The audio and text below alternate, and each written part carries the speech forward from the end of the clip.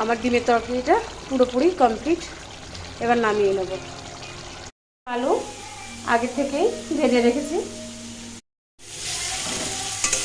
তেল গরম হওয়ার পর সাদা জিরে আর গোটা গরম মশলা সম্বারে দিয়ে দিয়েছি। এবার পেঁয়াজ কুচানোগুলো দিলাম। পেঁয়াজটা ভালো করে মজার জন্য আমি পরিমাণ মতো একটু লবণ দিয়ে দেবো, যাতে পেঁয়াজটা ভালো করে মজে যায়।